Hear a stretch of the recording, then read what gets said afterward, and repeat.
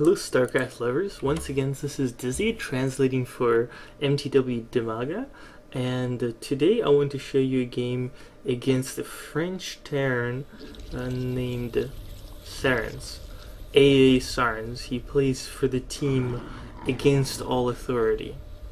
Right here he's playing under Smurf, so you can write down his name and message him, and his nick is Keisu. So he's playing ladder games.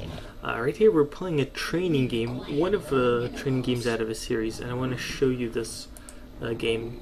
My opponent's playing Terran, and the map is Scrap Station, and we're playing on the special map hiding map that's a UMS map that hides replays, or rather build orders, so other people can't exactly see our build orders. It's a special map for training. So right here on the map Scrap Station, I want to tell you that this is one of the best maps for Zerg in any matchup. Yeah, against Terran, Protoss, and of course mirror matches, it doesn't matter. The reason is, against Terran, of course you can scout the air distance very quickly. You very early find your opponent and see what he's up to. And number two is you can easily take the expansion because your opponent cannot really get to you that quickly. The ground distance is very far, whereas the air distance is very quick. So you can take that expansion, you can easily react to any rush of his, or any kind of push that he's doing.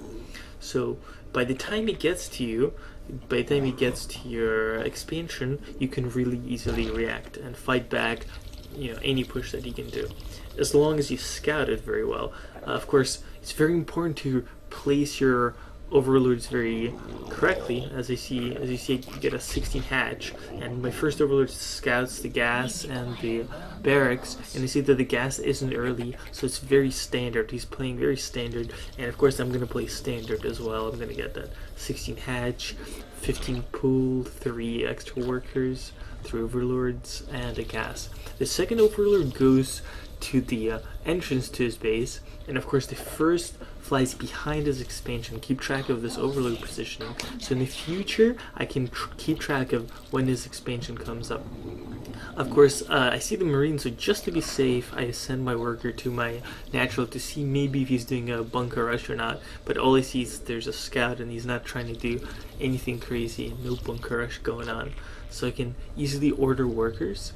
I order another overlord. I see how many Marines he's building. I don't see any more than 2 Marines, so I'm not worried a lot about it. So right here, of course I'm going to pump drones. I see an extra Marine, so you know, I build the 2 Queens. Maybe he can push out with 5 Marines, so I'll switch my build order a little bit, and you know, on the expand I'll get a queen, and I'll get 28 supply.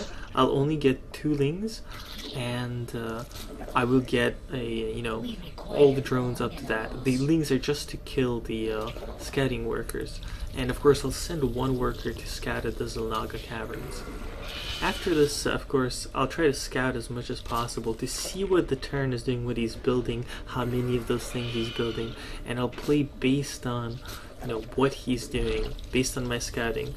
The 3rd overlord goes to the island, and the 4th overlord goes kind of close to the Dimaga, so you can scout the entrance to my base. So all the overlords on this map I used for scouting.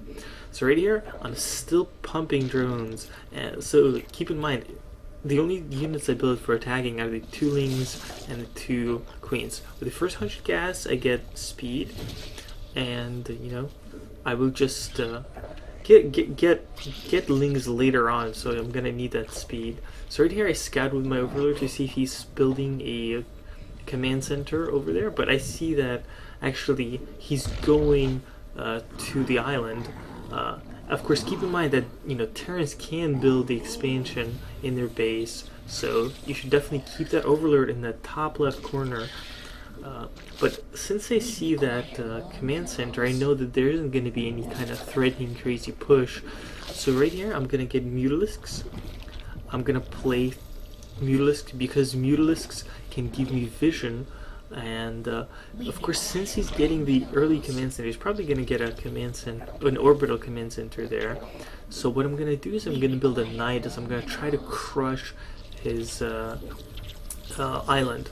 I see that I have a lot of workers on my main, so I sent them to I rally all my drones to my expo. So right here, I'm gonna try to see what he's scouting in my link. I see he's building marines and reactors. So he's gonna have marines and probably something else, probably Vikings, to defend his island. So I see that he's building a bunker right there. So he's gonna try to protect himself from all the pushes. So of course, I'm not gonna push. I'm gonna build drones. I'm gonna build overlords. I sent my worker to the gold expansion, the most far based from the Terrans. He can't get to it really easily. He can't really attack, you know, because the Zerg army is quite maneuverable. So my plan is as such: I'm gonna build 3 quick mutas, and after mutas, I'm gonna build a Nidus. So because he's probably not gonna have a planetary fortress, but he's gonna have an orbital command at the island, I will really easily crush his army with my Nidus so I can get it out over there. So if I can really do that, if I can eat his island with my Zerglings, the game will basically be over. So right here, our order mules, I get a little bit supply blocked. I make a little bit of mistake.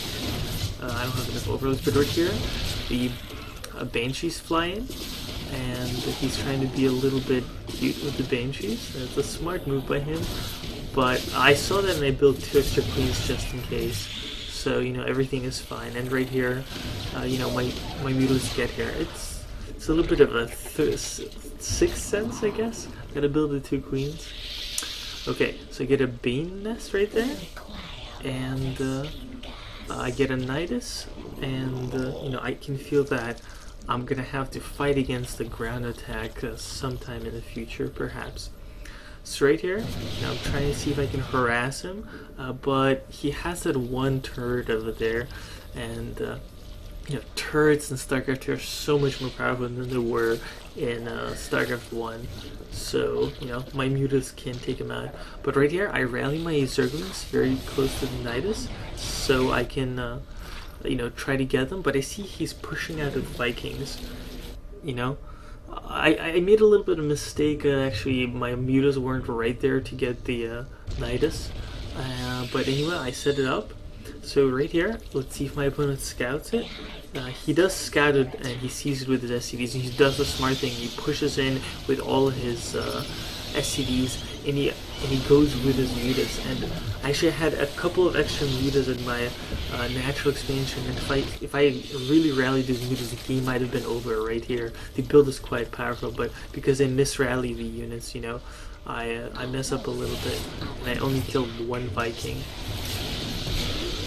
Alright, so right here, you know, I lost the Mutalisk, but it's okay.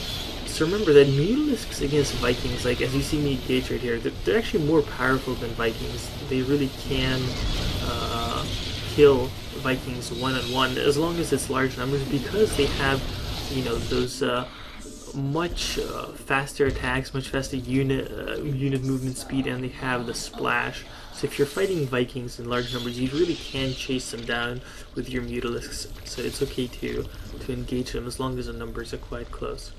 So right here, I see the situation isn't really in my favor, and you know, right here, I order more workers and I order gas. So right here, I'm taking a risk. I'm taking a calculated risk. So if my opponent, you know, pushed out right here, I could lose. There are these breaking points in the game where you do have to take an educated risk, and you have to do that. But that's the difference between a good player and a bad player. You know, the good player does know when you can take that risk, when you can, you know, cut some corners here and there, and he also knows when you have to play safe.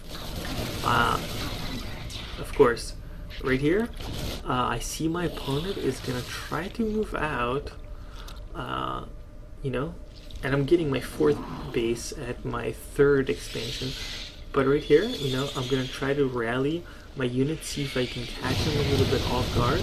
But you know, my army is continuing almost only Mutalisks and Zerglings. It's a very standard combination in the Zerg versus Terran matchup. I don't know why I tagged the turret with the 5 Mutalisks. It's not really something in my favor. But right here, I get the Banes. I start building them. I get the upgrade for the Mutalisks, and you know, I'm gonna order as many troops as possible right here. I'm gonna get as many troops as possible because I know that I have so many drones right here. I have a very strong economy that everything is fine. I get an extra hatchery at my base, so totally I have 5 hatches and 4 bases. So, you know, if you have 3 bases and 4 hatches, you can build Lings and Mutalisks non-stop. So right here, I order an extra pack of drones because I see that the Terran took the 3rd base. So, you know, I really want to be ahead on the economy compared to the Terran, because if you're losing economy-wise to a Terran as a Zerg, you're probably going to lose. See, Zerg is such a race that you need to always be ahead on the economy. If your opponent is going to be winning economy-wise, you really won't be able to win against any race, Protoss or Terran as a Zerg, because they have stronger units. You know, Zerg might have a tiny bit weaker units, but the Zerg's advantage is that the Zerg can produce a lot of units in perhaps 30 seconds from all the hatcheries. So the population you can produce very quickly is the advantage the Zerg has. But to produce all those units, you need to have money, and that's why you want to keep as many drones as possible. So right here I see that the Terran is doing a double prong drop. He's dropping both at you know, my main base, and he's dropping at the gold. But the important thing you see right here is I send my drones back. I really want to make sure that the drones don't die. I can't afford to lose them. So I defend my natural, and of course I fight back the expansion, the gold expansion with Banelings. So right here that my opponent is trying to move out. He's trying to keep his army together though, so I can't really attack him.